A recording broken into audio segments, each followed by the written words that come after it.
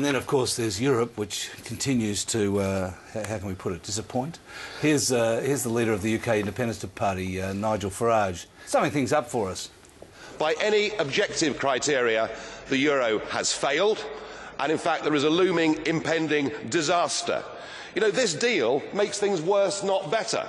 100 billion is put up for the Spanish banking system, and 20% of that money has to come from Italy. And under the deal, the Italians have to lend to the Spanish banks at 3%, but to get that money, they have to borrow on the markets at 7%. It's genius, isn't it? And here's IMF chief Christine Lagarde. We are clearly seeing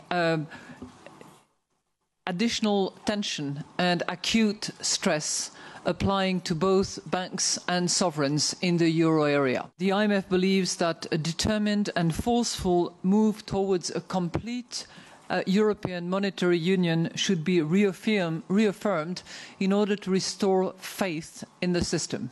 Well, there's two different points of view, really. With Farage, it's pretty convincing, saying the whole thing has failed. Lagarde saying we've got to reaffirm monetary union. It's got to go back towards that and become more of a, I guess, fiscal union. So it's hard to see how this gets fixed.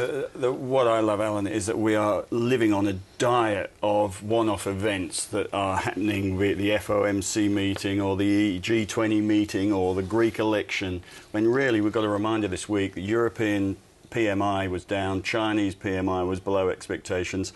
The world economy is going nowhere, and that is what's needed for this whole situation to get sorted out. And we got a reminder this week that we can keep feeding off this one event that might create a bull market out of nothing, but really the big problem is the interesting thing about growth. that weak world economy, which I agree with completely, it's showing up in the best indicator of global economic activity, and that's commodity prices. You know, when we're trying to work out, well, is the world consuming a lot and growing? Well, commodity prices would be going up, but we're seeing oil falling very sharply. We're seeing the broad measures of commodity prices falling around about 20% in the last 3 months. And that's saying to me that demand isn't there. Now, whether it's China slowing or Europe double dipping or the US economy being really disappointing, it's probably all of the above, but the bottom line on commodity prices is they're still falling and falling sharply, and that has implications for us back here.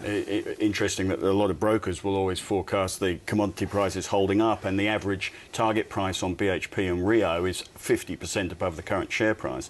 But you get an economist who is more stand back, and there was an economist this week forecasting the coal price to drop to $70 a tonne from 83 now. You wouldn't find a broker out there forecasting that.